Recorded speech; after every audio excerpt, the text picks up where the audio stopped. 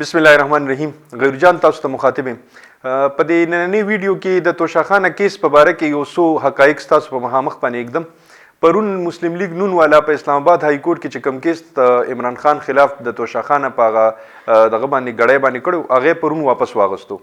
ولې واپس واغستو؟ د واپس اغستو وجه دا جوړې دي مونږ ته ښکاري داسې چې دا جوړه شوله چې په هغې کې د پی ټي آی د طرف نه چې کوم وکیل پیش شو نو هغې دا خبره کړې وه چې د 1947 نه واخله تر د 2022 پورې چې څونه کسان هم د توشاخان نه څه تحایف هم اغوستي وي د هغې ټول ډیټیل دی راښکاره شي او د ټول نه دی دا جواب طلبي وشي چې چا هم څه اغوستي دي او په کم قیمت باندې اغوستي دي هغې تفصیل دی شایع شي.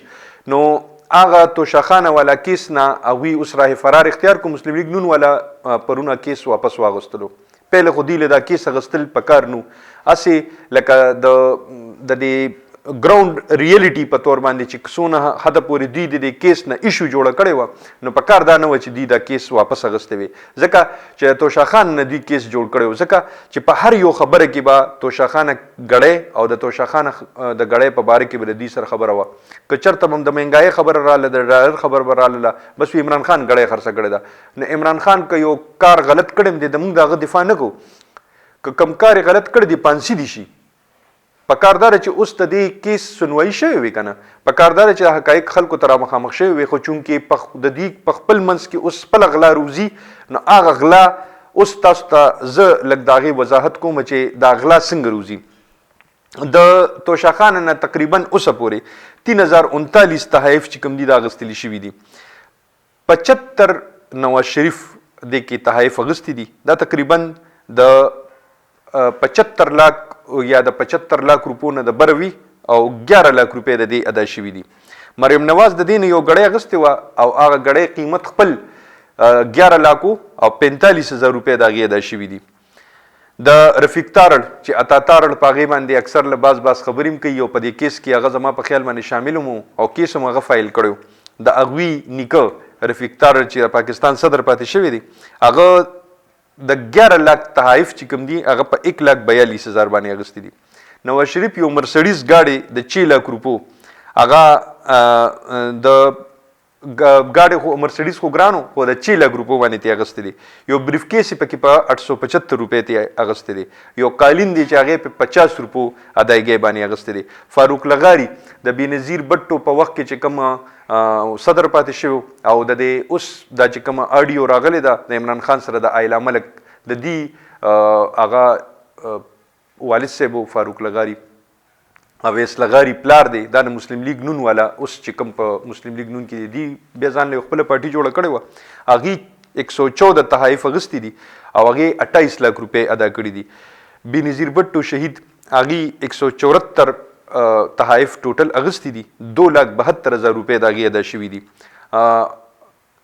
ګیلاني چې کوم دی نو هغه اوسه پورې 50 لاک تحفې په 5 لاک روپۍ باندې اغوستي. د هغې اهلیه چې کوم وه د هغې کور والا د 26 کروڑ روپو تحایف صرف هغې اغوستي دي.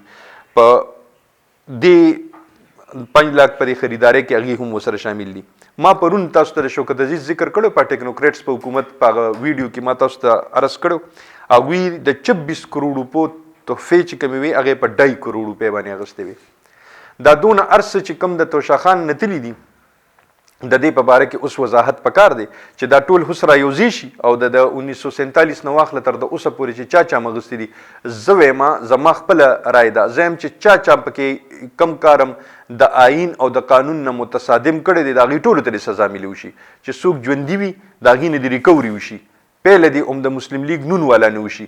د مسلم لیگ نون والا نه چې څونه حده پورې هغې نه غیر قانوني کار شوی دی چې د هغې نه ریکوري شي او که نه هغوی نه غیر قانوني کار نه دی شوی نو بیا دا خبره او دا کار پرې خوستل پکار دي او دا توشاخانه هر وخت نه دي کول پکار ځکه چې کله هم څه خبره راشي ما ځکه تاسو ته په دې ویډیو په دې سر کې عرض وکړو چې څه خبره به هم راله نو وي د توشاخانه نه عمران خان ګړی خرڅه کړې ده. که چا به د مسلم لیگ نون والا ته وویلې چې یاره ګراني ده وي یاره توشاخانه نه عمران خان ګړی خرڅه کړې ده.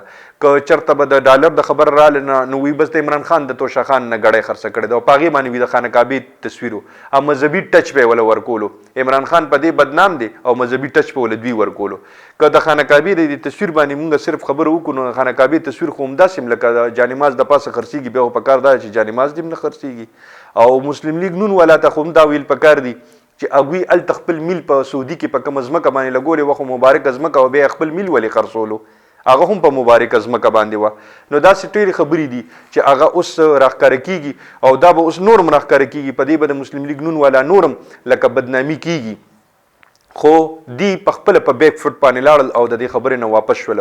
نو دا ټولې خبرې مې ستاسو په مخامخ کې ځکه کېښوستلې چې د کیس نه هغوی دا شاته کېدل دا هم د هغوی د هار نتیجه ده. همدقه شان دی د سعودي کې چې کوم هغه نارې لګېدلې وې په هغې باندې چې کله خبره مخکې لاړله او 5-6 میاشتې بیا دغه خبرې وشولې نو هغې کې بیا د مسلم لیگ نون والا 2 کسان راښکاره شو او هغه 2 واړه کسان چې کوم وو هغه د دې ځای نه لیږلي شوي وو چې کله پکې د مسلم لیگ نون والا کسانو شمولیت ښکاره شولو نو بیا مسلم لیگ نون والا په خپله په بیک فوټ باندې لاړل او کنګ سلمان ته بیا خواست وکړو چې یاره دا کیس بس ختم کړي او بس مونږ د خپل کیس واپس اخلو او هغې کې هغه کسانو نه کې د پی ټي آی زما خیال 2-3 کسانو زیاتر پکې د مسلم لیگ نون والا هغې هغه نارې والې وې د مریم اورنګزیب خلاف او هغه وخت کې چې کوم هغه بې حرمتۍ والا خبره وه د مسجد نبوي نو هغه د تقدس خیال چې نو ساتلی نو دغه خبرې نه هم هغوی بیا په بیک فوټ باندې لاړل. نو دغه خبره مې ستاسو په مخامخ باندې کېښوستله. خوشحاله او بریالي اوسئ. د لوی الله په امان.